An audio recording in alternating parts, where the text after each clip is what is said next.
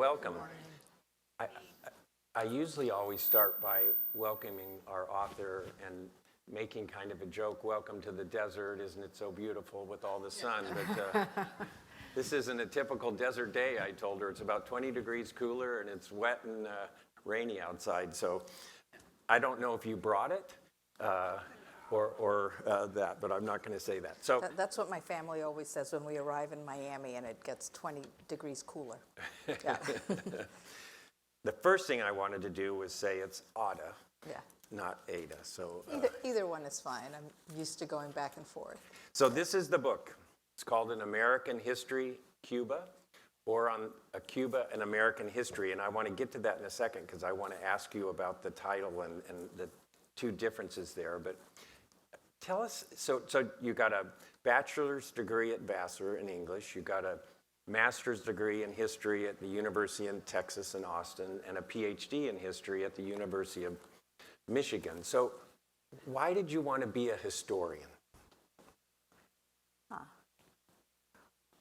I don't think, I've been a historian for 35 years or more, actually. And it's two things. One, just to understand where we all came from and how we all got to where we are.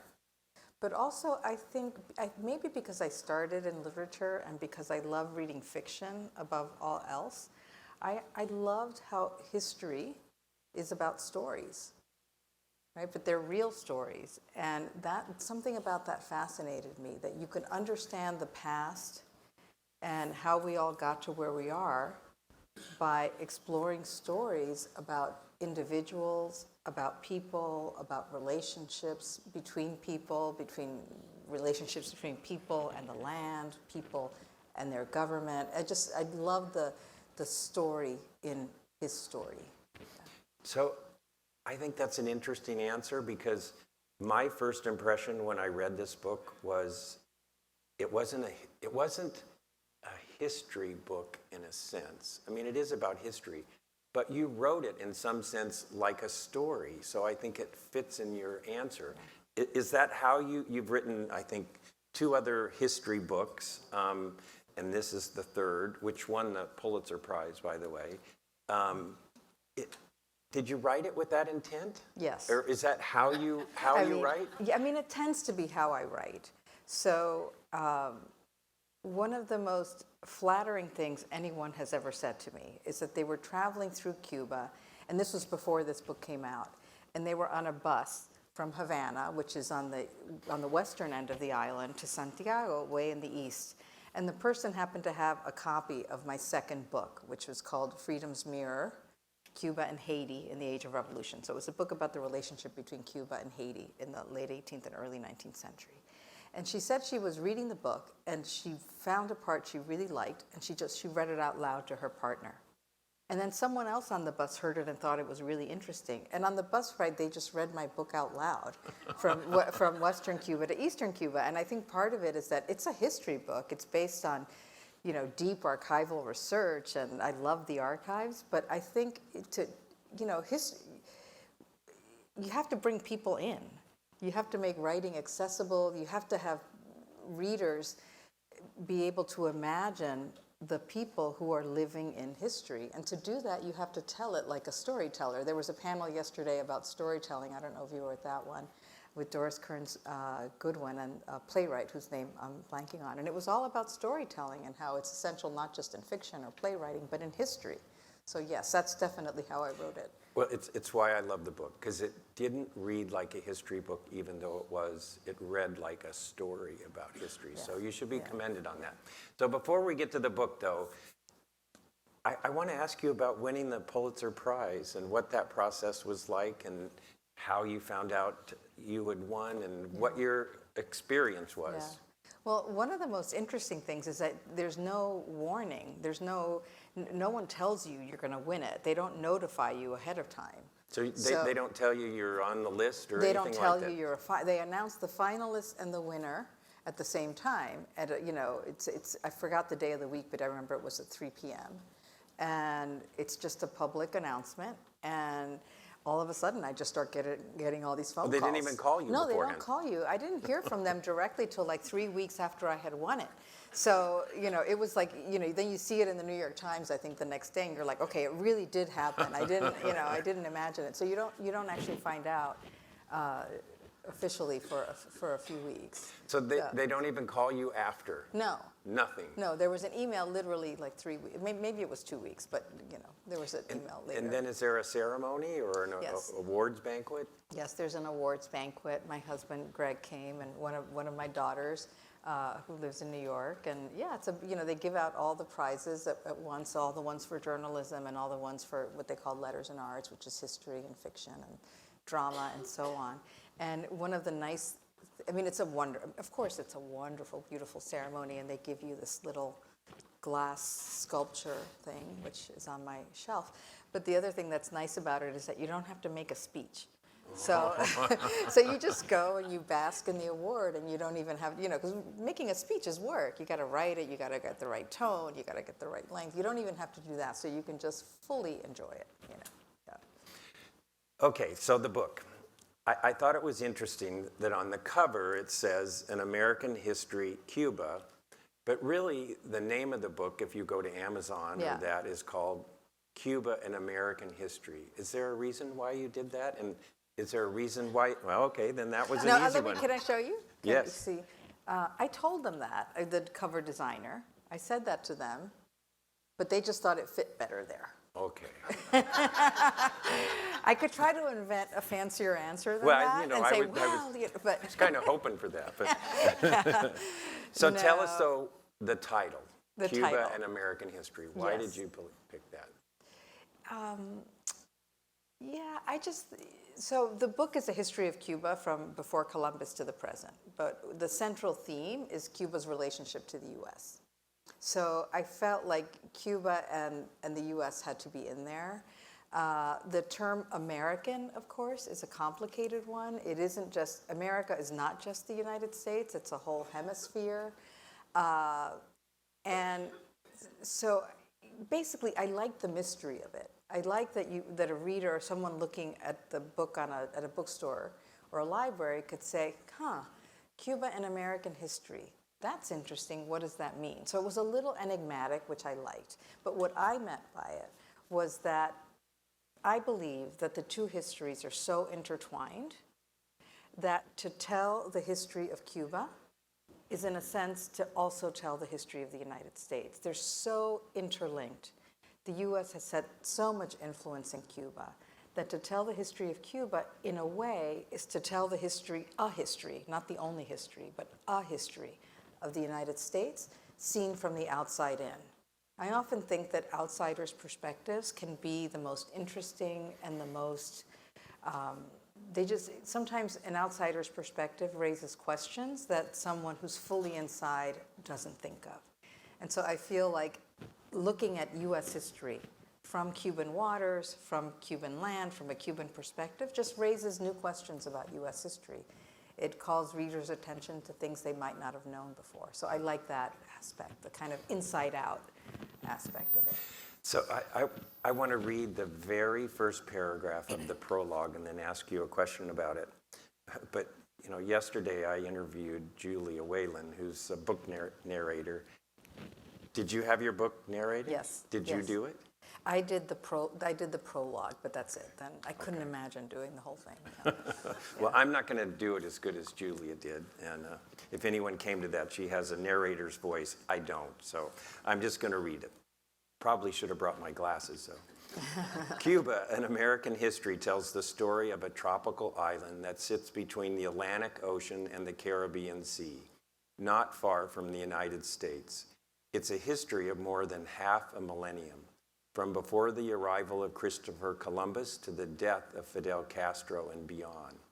And this is the sentence I want to ask you about.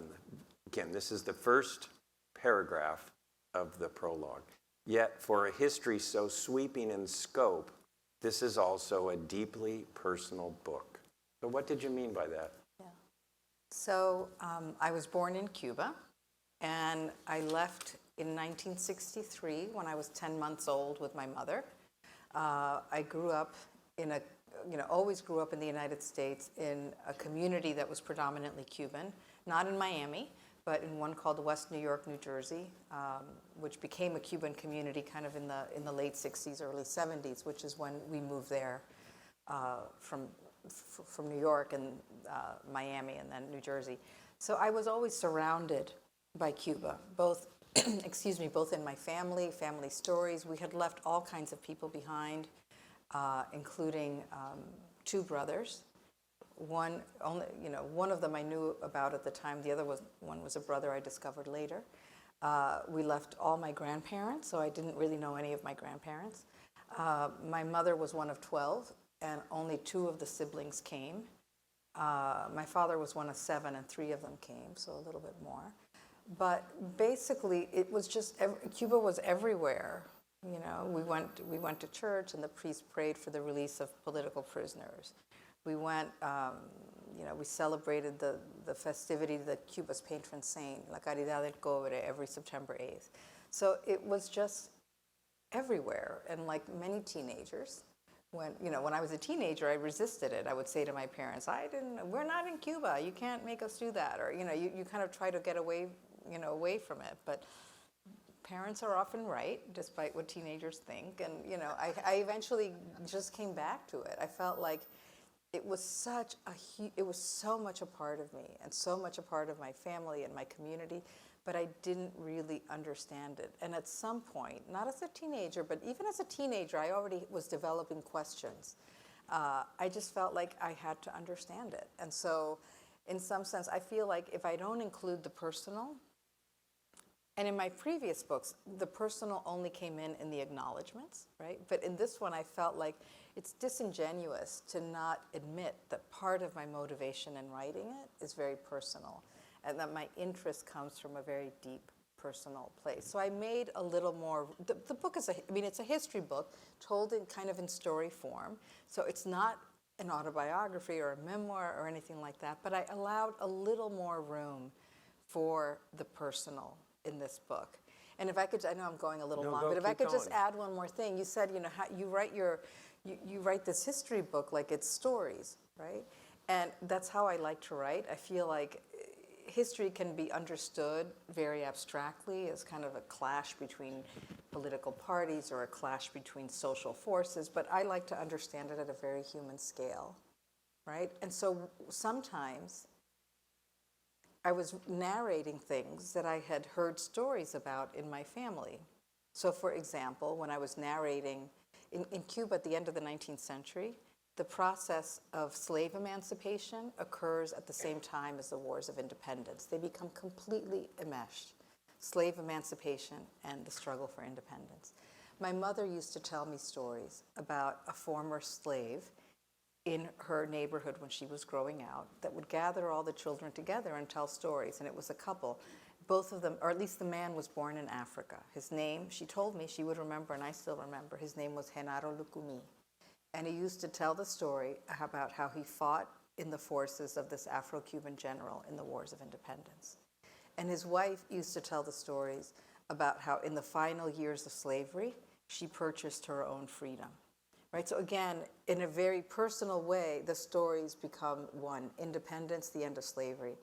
And so I included that story in the book. It's a personal story that I know in that way, but if history is the accumulation of these millions of stories that we then find patterns in, why not include the stories that I know that are also about my parents and who actually lived through this history? Yeah. So I want to get to the book, but I found what you just said so fascinating. Because I grew up in a family too, in a little town in Utah, and we sat on the front porch in the evenings, and my grandparents and aunts and uncles told stories. Yeah. About their life. You should write a book about it. Maybe I should, yeah. But did your research, and I assume you researched in the United States, and did you go to Cuba too? Yes, And you were able to research yes. there? So did your research validate those stories? Did it validate what you heard and what your relatives told you? Well, sometimes, but like in that case, it was just the perfect story because my first book was on the wars of independence and on the end of slavery. So I had done deep research in Spanish archives and Cuban archives and US archives. So I knew, I had written about the links between those two processes. So in that case, yes, my mother's stories, which were really the stories of these two elderly African-born people, kind of validated everything I thought. So sometimes they did. Sometimes there were stories that didn't make sense. So for example, in writing this book, I write about the Bay of Pigs. That was it was one of the chapters I most dreaded writing, and then one of the ones I most enjoyed writing. But in the lead up to the Bay of Pigs, Fidel Castro says that anyone, that these groups called the CDRs, Committees for the Defense of the Revolution, which are like neighborhood watch groups. He basically said, if there's anyone you think will support the invaders when they arrive, detain them. You have the power to detain them. And like 50,000 people were detained across the island. My father was one of them because a neighbor said he would support an invasion if it came. And so he was detained, and there weren't enough jails to keep people in. So one of the places that was converted into a detention center was a theater that was called the Blanquita. It was at the time the largest movie theater in the world. And it is now called the Theater Karl Marx. And he was detained there for about 5 or 6 days. And so I don't, so I mentioned that in the book. But some of the stories he told me about the detention there, about his detention there, didn't match what I found in the records. So Interesting. Yeah. Okay, so how did you decide where to start the history for your book? I mean, what year? Yeah, that was actually a hard one because there's a part of me that. Well, I mean, in the prologue, I kind of start in the present, but let's leave that aside. But the body of the book, I basically started in 1492 with the arrival of Columbus. I felt a little uncomfortable with that because there's a part of me that would have wanted to start it much earlier with indigenous Cuba. But the history that's been done on that by historians and archaeologists doesn't really lend itself to story in the way that I wanted to. So what I ended up doing is starting in 1492 and using that to propel the story, but then going back and giving the reader information on indigenous Cuba. But yes, but I always knew I would start about then. Yeah. So for me, what I love about a nonfiction book is it surprises me. I mean, things that I didn't know about, and this book is full of that. I mean, I thought I knew about history. Truth is, I didn't know anything about the indigenous people of Cuba, so that was interesting. But the big thing was the relationship between the United States since Thomas Jefferson.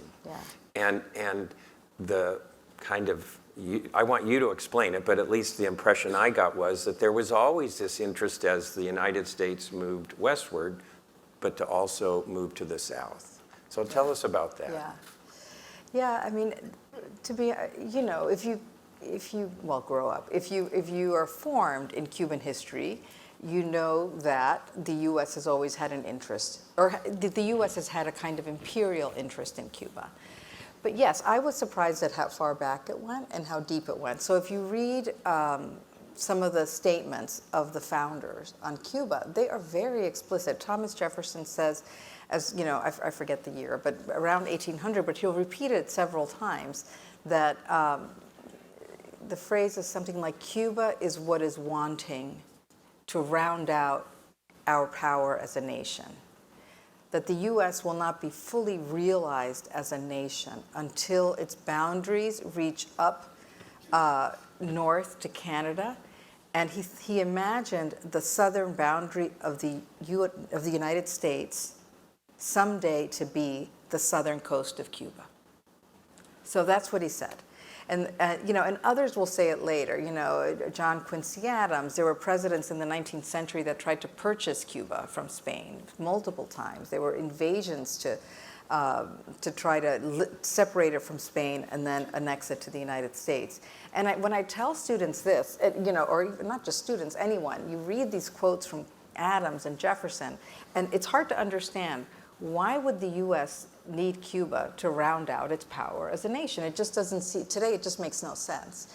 But you have to kind of put yourself in a different time, in a different place, and you have to think about what it meant. So, and if you were to put, if we could put up a map right here of the Caribbean and the southern United States and the Gulf of Mexico, it becomes clearer because if you, so if I had a chalk, I would draw a really bad map, but I don't. So if you think of where Cuba is, Havana's on the northwestern coast. If you go straight up from Havana, kind of angling a little bit west, you get to New Orleans.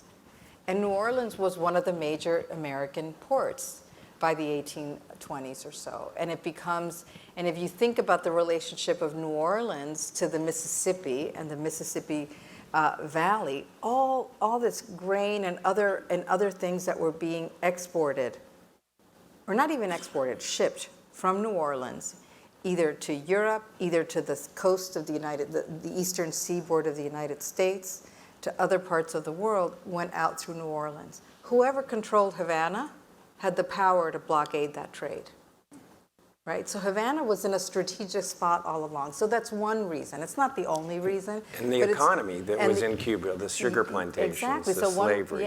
One reason was that. The other one is that Cuba becomes a major power in terms of slavery and in terms of sugar, and there was so much American investment in all Tell those us about that, industries. because that was surprising too. Yeah, so there's a region in Cuba which was in this period of the 19th century was kind of the boom. It was the headquarters for the sugar boom.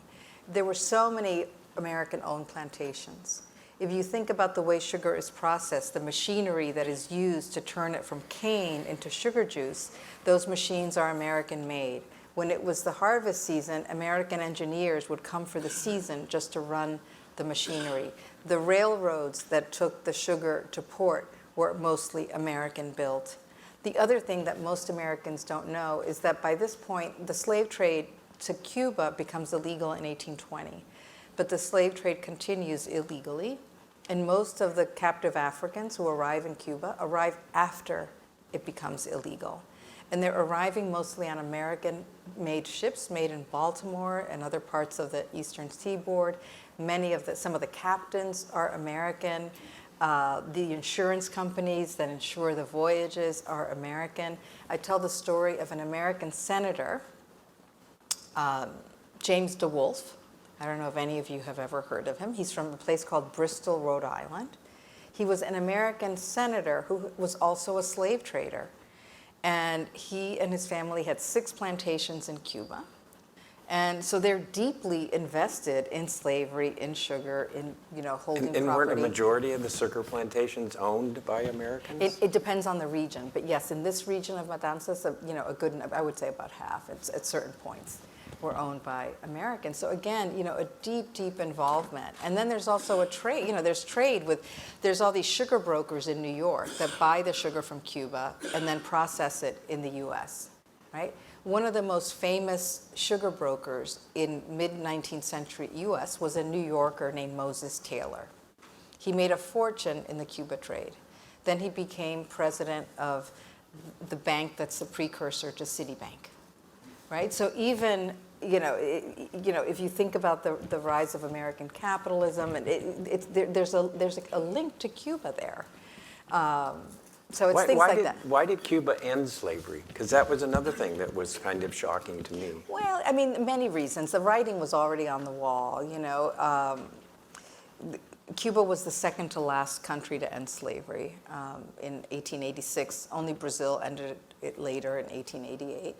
The abolitionist movement was just too, the U.S. had ended it, the rest of South America, except for Brazil, had ended it. It just wasn't tenable anymore. It was interesting. Well, there was one interesting fact. Tell us about William Rufus King. Oh, yes. When you said things that surprised you. Yes, that surprised me. Yeah, that surprised me. And I've been studying and writing about Cuban history for 30 years. And in writing this book, I discovered that very important factoid, as people tend to call them. I was shocked. So in 1853, in the elections of 1852, the U.S. voters elected Franklin Pierce, actually who ran on a platform. Part of his platform was annexing Cuba, right, making Cuba part of the United States. And the idea there for many of those people who wanted to annex Cuba to the U.S. is that Cuba would be annexed as a slave state. And Cuba's a long island. It's a large island. So people thought it could be annexed as 2 slave states, 3 slave states, and in one theory, even 4. So it would expand the power of kind of the South in what they called the Federal Congress, right? So that was the motivation in the period before the end of slavery. Anyway, William Rufus King is elected in 1852. His vice president is a man, a Southerner and a slaveholder named William Rufus King. And as I was just reading, someone, it just gets mentioned and no one ever does anything with it, William Rufus King took his oath as the new vice president of the United States on a sugar plantation in Cuba. Right, and you read that and you're like, what? You like literally you do a double take or a triple take. It's like, wait, he formally became U.S. vice president on a Cuban sugar plantation, yes. And he came here because he was ill. Yes, so. To Cuba, I mean, he didn't come here, but he came to So Cuba. the idea was, it was a terrible election. He contracted tuberculosis while they were campaigning, and he was really sick. He was too sick to attend the inauguration in Washington. So he went to Cuba because at the time, doctors used to think that a possible cure for tuberculosis was something called the sugar cure, where you would go sit in a sugar mill as the cane was being turned into cane juice and so on. And the idea was that, first of all, the country air would be good for you, and that sitting in that mill, the heat, the vapors, the fumes would all kind of clear everything up and cure your tuberculosis. And so he went on the recommendation of his doctor to recover from tuberculosis. And actually, it was a common cure at the time. There were doctors who published things, and they published itineraries, and there were hotels, American-owned hotels in the regions that catered to people like this. Anyway, he went to an American-owned sugar plantation in Matanzas and to get over tuberculosis. It didn't work. He died.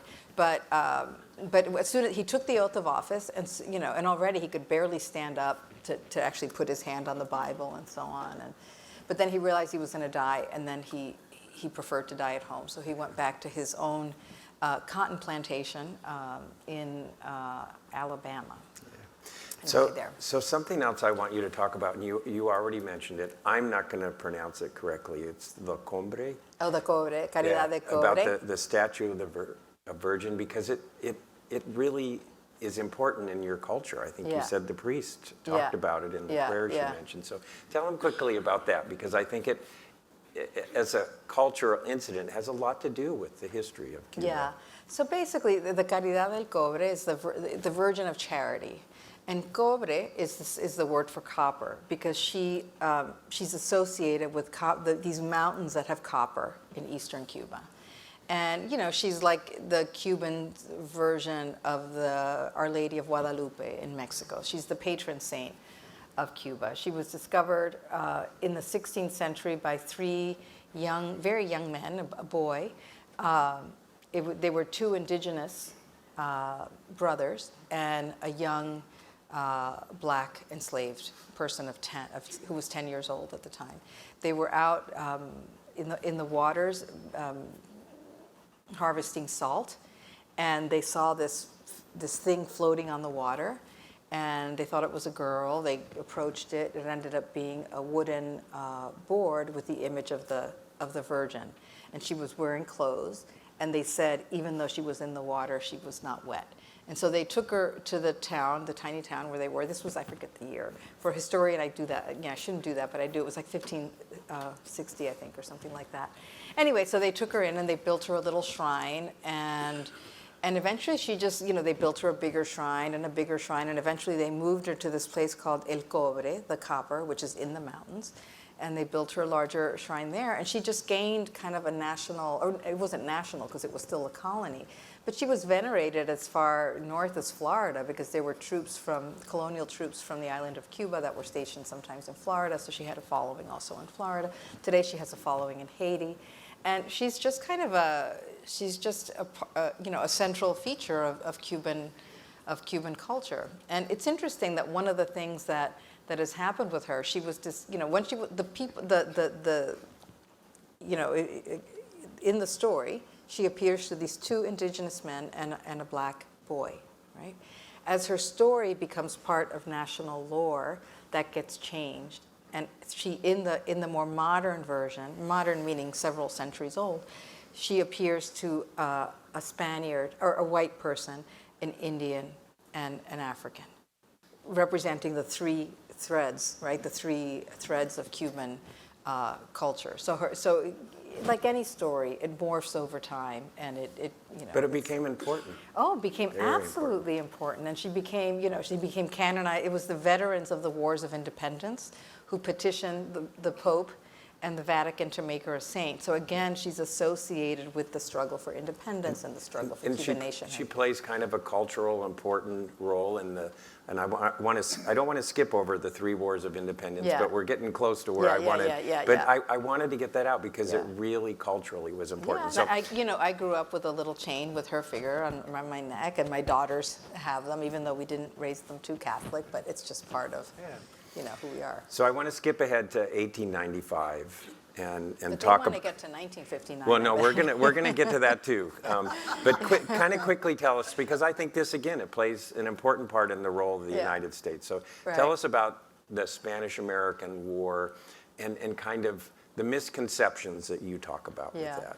So, most Americans, maybe until recently, have studied the Spanish-American War in high school, et cetera. The moment, just if you don't remember the moment in which there's an American ship in Havana Harbor, the USS Maine, and it blows up in February 1898, and the Americans blame the Spaniards and declare war on Spain. And then they intervene in Cuba and basically defeat Spain in 1898. And as a result, Spain loses most of its remaining colonies. It loses Cuba, Puerto Rico, Philippines, Guam. Okay, so that's the Spanish-American War, and that's usually how most American kids and teenagers learn it. So, but what many people don't realize is that in Cuba, those last 5 months in which there is the Spanish-American War, and there's American forces, Teddy Roosevelt, the Rough Riders, San Juan Hill, all that, right? That is only the last 5 months of what had been a 30-year struggle for Cuban independence. So Cubans declare independence against Spain in October of 1868, and they fight a 10 years war that is unsuccessful. They rebel again a year later, another war of a year, again unsuccessful. And then they declare war in 1895. And it's as that war is unfolding that the Americans intervene. So in a sense, it's just part of the way I see history, that if you only see it from an American's perspective, it's the Spanish-American War, right? If you shift the focus and see it from another end, it's a different, the name of the war has changed, but it's a different struggle. You had Cubans and the Cuban War of Independence was waged by a multiracial fighting force. Largely black. There were black leaders, there were black generals, but there were also white generals. Many of the kind of rank and file soldiers were young black men who'd been born. And they would have been free blacks. They would have been free blacks, so slavery had ended, but usually their mothers would have been enslaved. And that's who made the war. And some of the leaders of the war, I don't know if any of you have ever heard of Jose Marti. He's I say he's the most famous Cuban after Fidel Castro, but his idea was that he thought that what made the Cuban independence struggle, one of the things that made the Cuban independence struggle so unique and so important in world history, is that it pointed to a new way of kind of racial harmony, right? That it was a movement that was transracial, multiracial. People had fought together for this broader goal. Blacks were in leadership positions. Blacks were in leadership, but so were whites. But so it was just, he saw it as this, or he wrote about it as this kind of ideal moment of racial harmony. The other thing he said could be important about it for world history is that if Cuba gained its independence out of this movement, it would be kind of a check on U.S. ambitions in Latin America. So he thought it might serve as something of a barrier. So tell us about the U.S. military occupation after that war, and then bring us up to the Platt Amendment. Okay, so just really quickly. So the Spanish-American War, the Americans defeat Spain. There's a treaty signed in Paris that ends the war. The Cubans are not allowed to be at that treaty signing. And it ends with the establishment of a U.S. military government of occupation. So at noon on January 1st, 1899, the Spanish flag comes down after however many centuries, and the American flag goes up in its place. And that's the beginning of the occupation.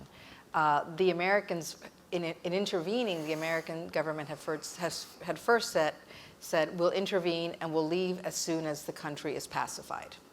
Then the country was pacified, and they said, we'll leave as soon as the Cubans prove themselves capable of self-government. Then there were elections. They wrote a constitution. It had been peaceful. They had proved themselves capable of self-government. And the Americans said, no, we won't leave. Before we leave, they have to agree to something called the Platt Amendment. The Platt Amendment, which then became an appendix to the Cuban Constitution, basically gave the U.S. the right to intervene in Cuba. It prohibited Cuba from entering into a treaty with a third government or incurring debt from a third government. It gave land that would become the U.S. naval base at Guantanamo. And the Cubans resisted agreeing to including it in their constitution, but the Americans, I can't remember whether it was the president or the Secretary of State or War, told Leonard Wood, who was the governor, the military governor in Cuba, said, you have to make the Cubans understand that they will never have any government other than a U.S. government of occupation unless they agree to the Platt Amendment. And so, and the Platt Amendment would remain kind of the guiding principle of the relationship between the two countries until the 1930s. So I want to get to Castro Yeah. in 1959, and I have a question I want to ask you. But we talked about this in October of 1962 during the Cuban Missile Crisis, and I don't know how old all of you are, but I was in the 4th grade. And I can remember till this day, almost like it was yesterday, being told that we had to get under our desks, and we had these drills probably 3 or 4 times during the day. I don't remember the teachers saying something about what it was, but I clearly knew it had something to do with Cuba, it had something to do with Russia, it had something to do with nuclear bombs. And they would tell us that if there's a nuclear bomb exploded, we had to all get under our desks. Because that would save you. But what's memorable for me and what I remember is I only lived about a half a mile from the school, Roosevelt Elementary School, and we walked, a group of kids walked to the school, and we walked home. And I can remember consciously saying that if they tell us to get under the desks, I'm just going home. I'm not going to stay here under the desk. I want to be with my parents, with my mom and my dad.